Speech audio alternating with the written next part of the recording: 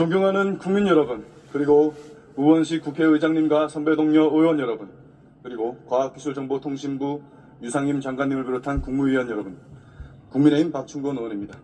저는 오늘 KBS 수신료 통합징수에 관한 방송법 개정안을 반대하기 위해 이 자리에 섰습니다. 공영방송이 우리 사회에서 차지하는 공익적 가치와 그 역할을 부정하지는 않습니다. 그러나 민주당이 강행하려는 수신료 통합징수는 국민의 혼란과 부담만 가중시킬 뿐이며 KBS의 경영과 미래를 위한 해결책 또한 될 수 없습니다.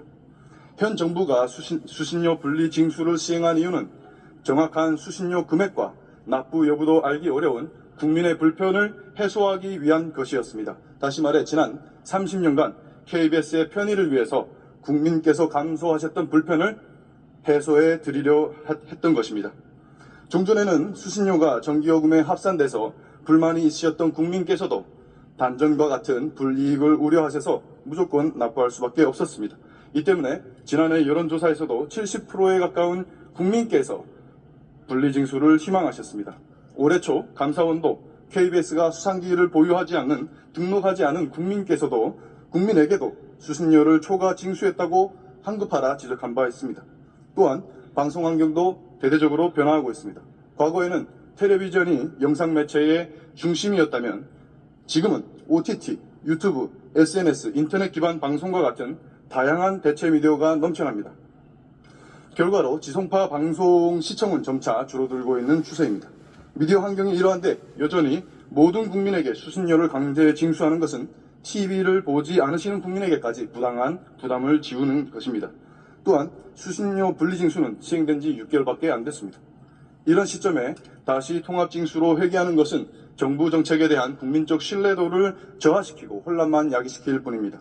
민주당은 정부의 분리징수 정책을 언론 장악이라 프레임을 씁니다. 그런 민주당이 박근혜 정부 때는 왜 수신료 분리징수 법안을 앞장서서 발의했습니까?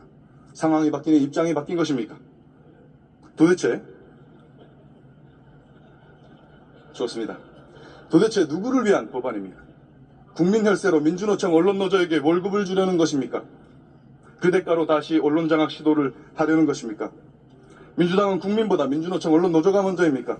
국정 혼란을 틈타서 국민 몰래 슬쩍 넘어가려 한 것입니까? 현 정부 들어 지금까지 장관, 검사, 방통위원장, 방통위 부위원장, 감사원장, 경찰청장까지 26건이나 탄핵 소추안을 발의하고 거대 의석수를 무기로 농업 경쟁력을 하락시키고 국가 재정을 좀먹는 농업사법, 우리 기업들의 핵심 기술을 중국에 유출시키는 길을 열어주는 국회 중간법을 비롯한 국가 재정을 파탄시키고 국가 경쟁력을 약화시키는 반시장주의적이고 포퓰리즘적인 악법들을 강행 처리한 것도 모자라서 이제는 국민 대다수가 찬성하여 시행된 수신료 분리징수라는 정부 정책마저도 무력화시키려 하고 있습니다. 민주당은 수신료 통합징수에 대해 공영방송의 재정 안정화라는 명분을 내세우고 있습니다. 그러나 본질도 핵심도 잘못 짚었습니다. 그냥 공영방송 장악 의도를 숨기기 위한 허울에 불과합니다. KBS가 경쟁력을 갖추기 위해서는 단순히 재원만 늘린다고 해결될 문제가 아닙니다.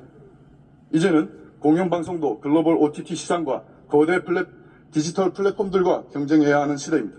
무엇보다도 KBS가 국민의 수신료로 운영되는 만큼 방송의 공정성과 정치적 독립성을 지키고 경영의 투명성을 확보하는 것이 최우선 과제입니다. KBS는 공영방송으로서의 이러한 가치들을 지키지 못했기 때문에 국민의 신뢰를 잃게 된 것입니다. 그렇기 때문에 국민께서 수신료 낼 만하다라고 느끼실 만큼의 공영방송으로서의 역할과 경쟁력 제거 방안을 마련하고 결과로 보여주는 KBS의 뼈를 깎는 노력이 먼저 선행돼야 됩니다. 국민 여러분, 그리고 선배 동료 의원 여러분, 오늘 이 개정안을 찬성하신다면 공영방송의 후퇴의 역사로 기록될 것입니다. 오늘 이 법안을 반드시 부결시켜 주시길 바랍니다. 감사합니다.